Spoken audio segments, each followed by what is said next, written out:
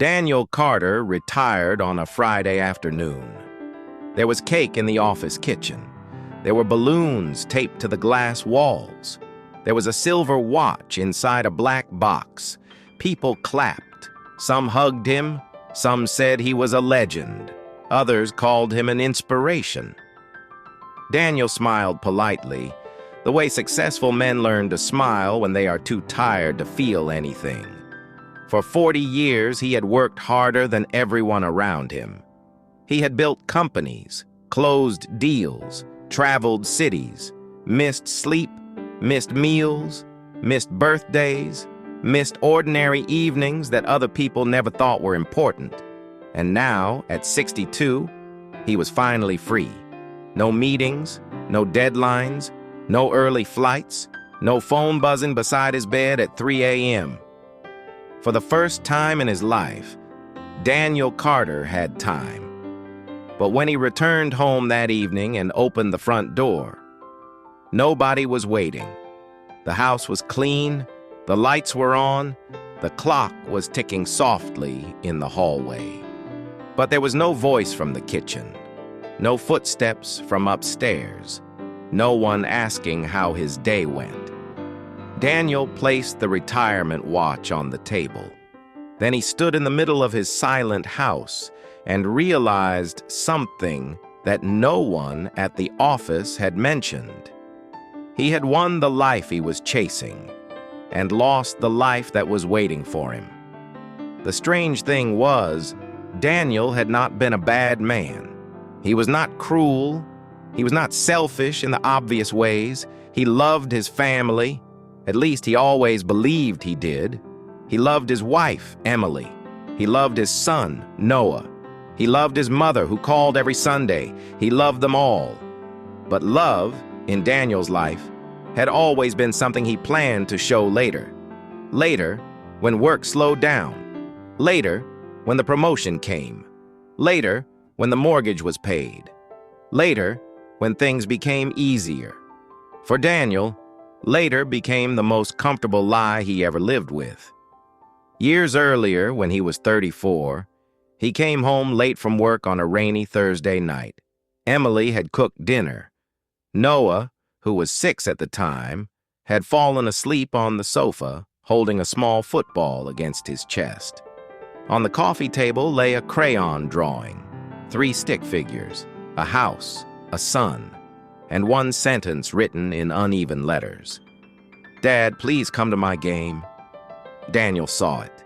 He remembered seeing it. He even picked it up for a moment, but his phone rang. A client from Chicago. Important. Urgent.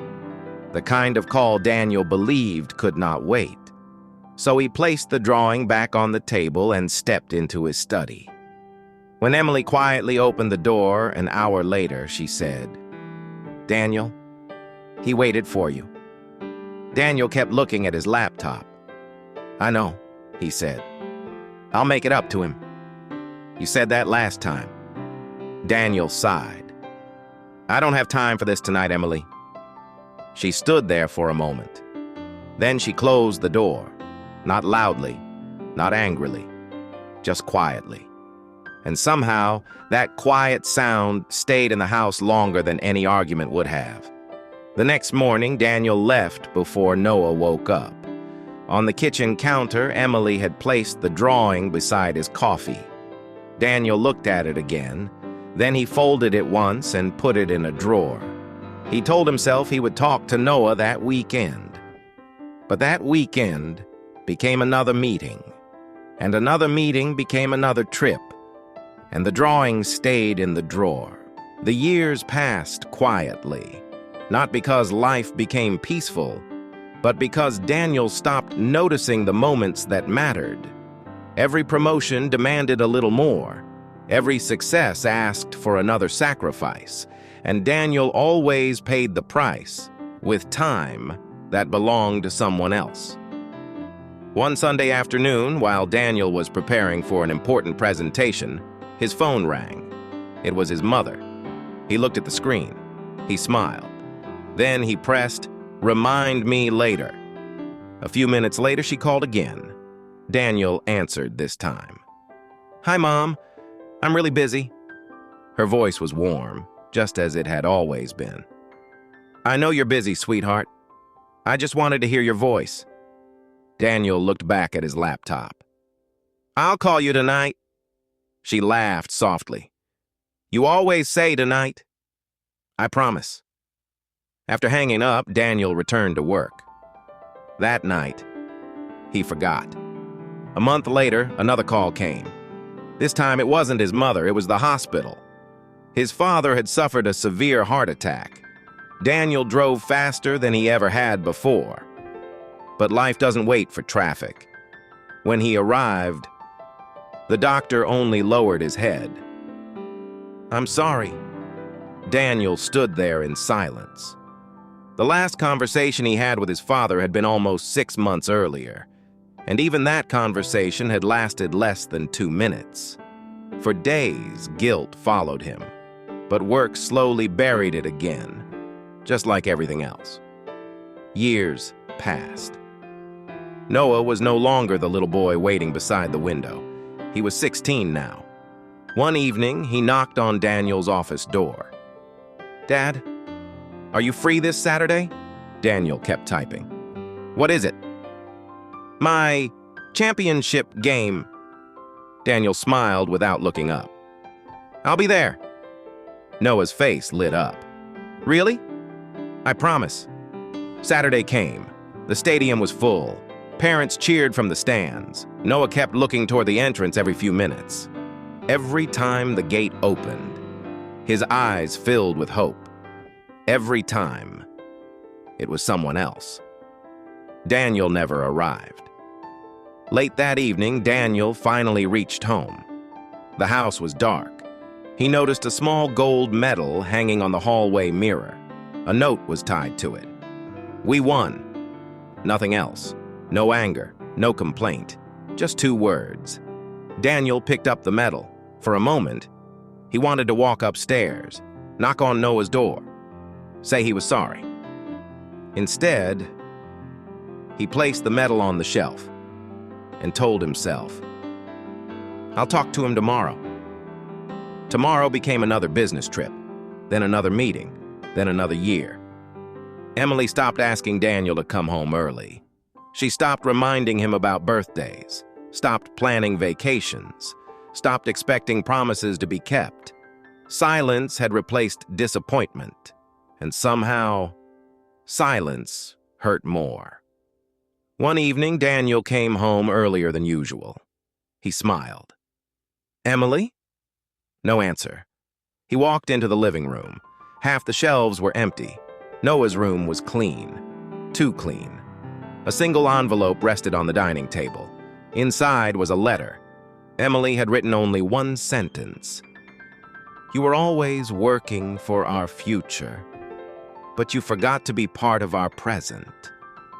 Daniel sat down. For the first time in years, he had nowhere he needed to be, but the people he wanted to see were already gone. Years passed again. Daniel retired at 62. His colleagues celebrated him. They called him successful. They called him a role model. One of them even said, "Now you'll finally have time to enjoy life." Daniel smiled. For the first time in 40 years, his calendar was completely empty. The next morning, he woke up at 6, just as he always had. He ironed his shirt, made coffee, picked up his car keys. Then he stopped. There was nowhere to go. No meeting, no office, no deadline, only silence. For weeks, Daniel wandered through his own house like a visitor. One afternoon, while cleaning the attic, he found an old cardboard box covered in dust. Inside were memories he had forgotten. Noah's first football, Emily's handwritten anniversary card, a family photograph from 20 years earlier, and at the very bottom, the crayon drawing, the one Noah had made when he was 6 years old. Daniel unfolded it carefully. The colors had faded, the paper had become fragile. On the back, there was another sentence, a sentence Daniel had never seen. It's okay if you're busy, Dad. I'll stop asking. Daniel's hands began to shake. He sat on the floor, not because he was tired, because his legs could no longer hold the weight of those words. For the first time in decades, Daniel cried, not for losing money, not for losing his career, but for every moment he believed could wait. Days later, Daniel stood outside Noah's apartment. His finger rested on the doorbell for almost a minute. Finally, he pressed it. The door opened. A little girl, no older than 7, looked up at him. "Mom!" She turned toward the hallway. "Someone's here!" Then Noah appeared. Older now, a few gray hairs, the same kind eyes. For a moment, neither of them spoke. Daniel tried to smile. "I was in the neighborhood." Noah smiled politely. "You live 3 hours away." Daniel looked down. "I know." Silence filled the doorway. Finally, Daniel whispered, "I'm sorry." Noah looked at him for a long time. Then he quietly said, "I know." Daniel expected anger, questions, years of pain. Instead, there was only exhaustion, the kind that comes when someone has waited too long. They sat together in the backyard while Noah's daughter played with a football across the grass. Daniel watched her laugh. Then he noticed something. Every time she kicked the ball, she looked toward her father, and every single time. Noah looked back. He never looked at his phone, never checked the time, never turned away. Daniel smiled sadly. "You never miss her games." Noah shook his head. "I learned that from you." Daniel's heart sank. Before he could speak, Noah continued. "You taught me exactly what it feels like when your father doesn't show up." The words were gentle. There was no anger in them, which somehow made them hurt even more. A tear rolled down Daniel's face. "I wish I could change it." Noah nodded. "I know." Then he placed a hand on his father's shoulder. "You can't change my childhood." He looked toward his daughter. "But you can still be part of hers." Daniel turned. The little girl was running toward him with the football in her hands. "Grandpa," she smiled. "Will you play with me?" Daniel looked at the ball, then at Noah, then back at the little girl. For the first time in his life, he answered without thinking about work. "Yes." That afternoon, for the first time, someone was waiting for Daniel. And this time, he didn't make them wait. Years later, after Daniel was gone, Noah found an old notebook among his father's belongings. Inside was a single sentence. No speeches, no long explanations, just one line. "Success gave me everything I thought I wanted. Time gave me everything I almost lost." Maybe that's why the richest people are not always the happiest, because life is not measured by the hours we work, but by the moments we choose not to miss. One day, your calendar will become empty.